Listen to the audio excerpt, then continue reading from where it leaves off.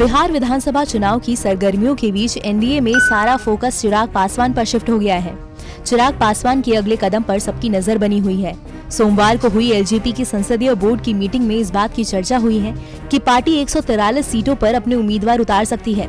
सवाल है कि क्या बिहार की राजनीति में चिराग पासवान एनडीए से अलग होकर पूरे गेम को पलटना चाहते हैं या फिर वो एलजेपी को चुनाव में ज्यादा सीटें दिलवाने के लिए सिर्फ प्रेशर पॉलिटिक्स कर रहे हैं। सोमवार को हुई संसदीय बोर्ड की बैठक में पार्टी नेताओं ने चिराग के ऊपर ये जिम्मेदारी सौंप दी है कि वो इस बात का फैसला करे कि एनडीए के साथ रहकर चुनाव लड़ा जाए या केंद्र सरकार में शामिल रहते हुए बिहार में एनडीए से अलग होकर पार्टी अपने उम्मीदवारों पर दाव लगाए। 2005 के विधानसभा चुनावों में एलजेपी ऐसा कर भी चुकी है। फरवरी 2005 में हुए विधानसभा चुनाव के दौरान एलजेपी केंद्र की यूपीए सरकार में शामिल थी, लेकिन बिहार विधानसभा का चुनाव उन्होंने अलग होकर लड़ा था और आरजेडी के खिलाफ भी उम्मीदवार उतारे थे। चिराग पासवान लगातार बिहार के सीएम नीतीश कुमार के सुशासन पर सवाल उठाते रहे हैं। कोरोना वायरस के संक्रमण से निपटने के तौर तरीकों से लेकर रोजगार और भ्रष्टाचार के मुद्दे पर उन्होंने राज्य सरकार और नीतीश कुमार की खुलकर आलोचना की है। इसके बाद दोनों पार्टियों के सेकेंड लाइन लीडरशिप के बीच भी जमकर बयानबाजी हुई है। एलजेपी और जेडीयू के बीच रिश्ते तल्ख हो चुके हैं। दोनों पार्टियों के नेता एक ही बात कहते हैं कि उनका गठबंधन बीजेपी के साथ है। बीजेपी के शीर्ष नेतृत्व ने काफी पहले ही ये ऐलान कर दिया है कि वो बिहार का चुनाव नीतीश कुमार के नेतृत्व में लड़ने जा रही है। ऐसे में इस बात की संभावना ज्यादा लगती है कि चिराग पासवान जेडीयू पर हमले कर और अपनी 143 उम्मीदवारों की लिस्ट तैयार रहने की बात कर एनडीए के भीतर ज्यादा सीटें झटकने की कोशिश में है। चिराग पासवान दबाव बनाकर चुनाव में ज्यादा सीटें हासिल करना चाहते हैं। बताया जा रहा है कि चिराग पासवान चाहते हैं कि चुनाव में उनकी पार्टी को कम से कम 40 सीटों पर चुनाव लड़ने का मौका दिया जाए।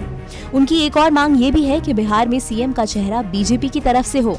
बताया जा रहा है कि एलजेपी को अगर विधानसभा चुनावों में 40 सीटें नहीं मिलती हैं, तो वो गठबंधन से अलग होकर 143 सीटों पर अपने उम्मीदवार उतार सकती है।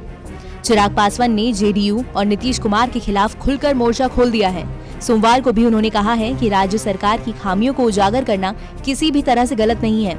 चिराग के इस रुख की वजह से एनडीए के सामने अजीबोगरीब हालात पैदा हो गए हैं।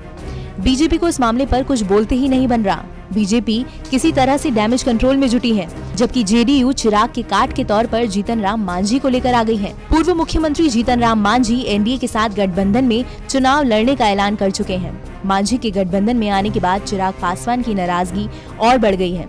हालांकि सोमवार को उन्होंने साफ कर दिया कि उनकी पार्टी मांझी के खिलाफ बयानबाजी नहीं करेगी। राजनीतिक जानकार बता रहे हैं कि चिराग का ये पैंतरा सिर्फ प्रेशर पॉलिटिक्स हो सकता है। बताया जा रहा है कि बिहार विधानसभा के चुनाव में एलजेपी को 25 से 27 सीटें दी जा सकती हैं, लेकिन चिराग 40 से कम सीटों पर मानने को तैयार नहीं है। 2015 के विधानसभा चुनाव एलजेपी ने एनडीए के गठबंधन में लड़ा था। एलजेपी ने 42 सीटों पर अपने उम्मीदवार उतारे थे, लेकिन उसे सिर्फ 2 सीटों पर जीत मिली थी। बिहार ने 157 सीटों पर चुनाव लड़ा था और 53 सीटों पर जीत हासिल की थी, जबकि महागठबंधन का हिस्सा बनकर चुनाव लड़ने वाली जेडीयू ने 101 सीटों पर अपने उम्मीदवार उतारे थे और 71 सीटों पर जीत हासिल की थी।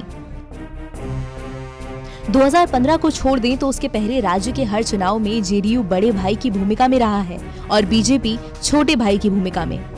लेकिन पिछले दिनों बिहार के सियासी हालात काफी बदले हैं। बीजेपी नीतीश के चेहरे पर चुनाव लड़ने को तो राजी है, लेकिन इस बार मामला बराबरी का होगा। लेकिन सीट बंटवारे से ऐन पहले एलजेपी ने एक नया पेंच फंसा दिया है। देखना होगा कि चिराग पासवान की प्रेशर पॉलिटिक्स कितना काम करती है। इस बारे में अपनी राय हमें कमेंट सेक्शन में लिखकर जरूर बताएं। देश और दुनिया की तमाम बड़ी खबरों से जुड़े रहने के लिए सब्सक्राइब करें TV9 भारतवर्ष। अड़ी सोमवार से शुक्रवार शाम 6 बजे सिर्फ TV9 भारतवर्ष पर।